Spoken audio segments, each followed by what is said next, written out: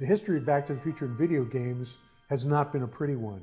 And so my mandate to Telltale when they said we're going to do Back to the Future is this game cannot suck eggs. I was aware of his frustration at previous attempts at making a game. Definitely, like the first time we met, we talked about that. You know, with Telltale, our process starts with the story and the characters, and we apply the story mechanics later.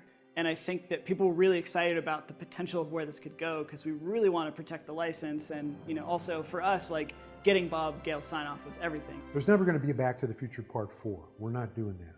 But Telltale's Back to the Future game is pretty close to what a Part 4 could be. Making a Telltale game is sort of modeled after the TV episodic model where we, instead of telling one story at once, we tell a bunch of stories that are all connected over the course of a season. So in Back to the Future's case, it was 5 episodes. So first we figure out like the really rough story arc, and that's kind of where everything starts. We would have roundtable meetings with the Telltale guys would come down to LA.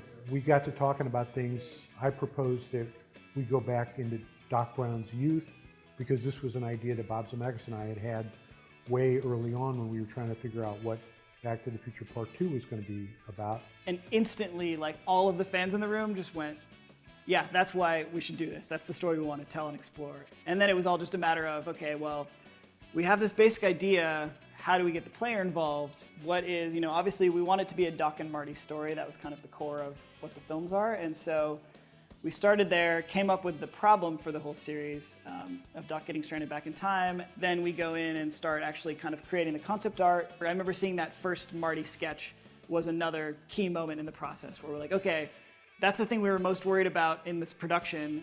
We've got that figured out, now we can move on. Well, the best part of the Telltale guys on the game were they were huge fans of the movie and they wanted to get it right. They wanted really to be true to the spirit of Back to the Future. Another like really important part of the process for us was getting the actual actors from the movie to be involved. From the very get-go, when the game was first pitched, we said we have to get Christopher Lloyd. If we're going to be doing Doc Brown in a huge speaking role, it's got to be right. I think it's great. What a fabulous idea. It's certainly timely. I mean, video games are hot, and this is great material. I mean, it should be a lot of fun. Great Scott! Having Tom Wilson come back for some voiceover now is rad. Tom as Biff, episode 103, take 1. You're lucky your old man's here, butthead! I feel like that guy is just one of the huge parts. Like, you can't have a Back to the Future game without Biff. He moves his neck more. He uses his jaw more than I do. You know, things like that. So with every character in the movie, I would think about those things.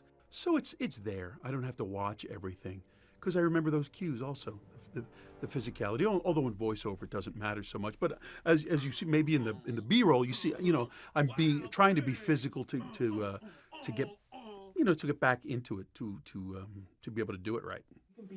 And then having Claudia Wells come in too, like she was, I think, right off the bat, you know, interested as well, and heard that kind of the band was getting back together. Jennifer? What the hell? The coup of all coups was getting Michael J. Fox to participate and be the voice of one of the McFly ancestors. Well, yeah, so when we were trying to get all the cast together, we spoke with Michael J. Fox, but due to time commitments, couldn't be, you know, full-time like we needed him. But we got him to do the cameo, which was awesome. And I almost feel like that was a really, almost a cooler use of him nowadays. But then the search turned to how do we find someone to do a Marty who can just come in and be our main character, and it was a really big worry for a while. I voiced Marty McFly in Back to the Future, the game. That is what I did. Jesus Christ, Doc, you disintegrated Einstein! Pressure, yeah.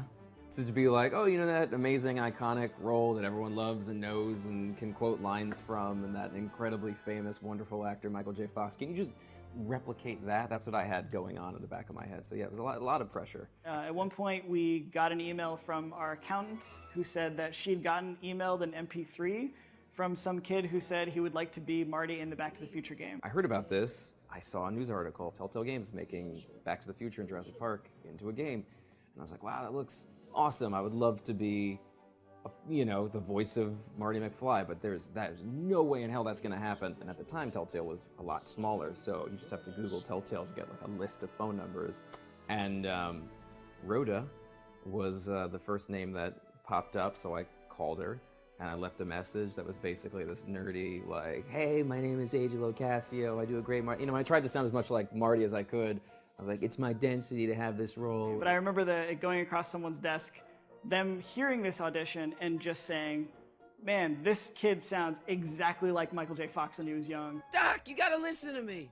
The bruise on your head, I know how that happened. You told me the whole story. It was almost no discussion. It was just kind of, yeah, we heard that MP3 that I think he recorded on like a Rock Band microphone with like, it was just insane, but it was that good. AJ's Marty McFly is damn near flawless. When I heard his voice, I couldn't believe it. I mean, I listened to it, and if I didn't know that this was not Michael, I would have assumed it was. He was such a crucial piece to have that energy throughout the entire series, so it was amazing working with him. I was obsessed with the movies growing up, like obsessed with Back to the Future. So it was something that was always in the back of my head. It was just a silly party trick at, you know, what went from a social thing to party trick to actually becoming very useful. So, Jennifer. Uh-huh. What do you think of me? I don't. Working on this from a fan perspective was the most pressure I've ever felt on anything. Trying to invent a way where we can pull you along through the story and then use dialogue options where you get to choose what Marty's going to say. And I think that's the kind of hook for us, is giving you a situation and then saying, well, here's 3 different ways or 4 different ways that Marty could possibly react. If you were playing Marty, what would you do? And I think that it allows people to really author their own story. Telltale's Back to the Future game is the only game that deserves to be called Back to the Future. It's very true to the spirit of the movies. The voice acting is terrific. The characterization is great. And with the new consoles, the game is just going to sparkle and jump off the screen. Bringing this game to a new generation, even though it's not that old, is actually super exciting. Like getting to debut it again on all the new platforms. Telltale's got a lot bigger of a fan base now, and there's a lot of people who probably didn't know that we made this game. But it's still got a lot of the same core principles that are fun in a Telltale game. You know, we're taking this thing that's super familiar and we're putting our own story in it and allowing you to play it. So in time with the 30th anniversary of the films, now we're getting to kind of add to what's out there in the media and saying, like, you know, you're rebuying the movie again and watching it, here's a game you might enjoy as well. And it kind of, you know, watch the movies first, get back the nostalgia, and then right after the movie ends, you can pop in the game and continue the story from there.